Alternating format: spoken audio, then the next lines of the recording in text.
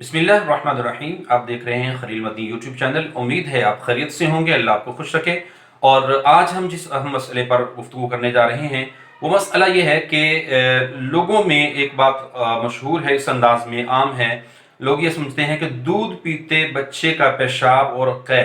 یہ بڑے شخص کی یا عام ایک آدمی کے پیشاب اور قے کی طرح نہیں ہے، تو اس کو لوگ بہت ہی لائٹ لیتے ہیں۔ تو یاد رکھیے گا، ایک دن کے دودھ پیتے بچے کا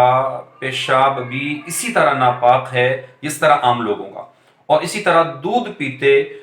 بچے نے دودھ ڈال دیا اور وہ منہ بھر ہے تو یہ بھی پیشاب کی طرح ناپاک ہے۔ اور اگر یہ میدا دودھ جو ہے وہ میدے تک نہیں پہنچا، ہاں اگر یہ دودھ میدے تک نہیں پہنچا، صرف سینے تک پہنچ کر پلٹ آیا تو یہ پاک ہے۔ اچھا، اس کی علامت کیا ہوتی ہے کہ کیسے پتا چلے گا کہ یہ دودھ بچے نے جو پھینکا ہے، دودھ بچے نے جو گرایا ہے، جس کو ہم کہتے ہیں کہ بچہ دودھ گرا دیتا ہے، الٹی کر دی، قے کر دی بچے نے، تو وہ سینے سے آیا ہے یعنی میدے سے آیا ہے یا صرف گلے سے ہی باہر آ گیا؟ تو اس کے متعلق عمومی طور پر دیکھیں، ماں اس کو بہت اچھی طریقے سے سمجھتی ہے کہ جو دودھ یا جو قے بچہ کرتا ہے اور وہ میدے سے آتی ہے، وہ اور اسی طریقے سے ہلکا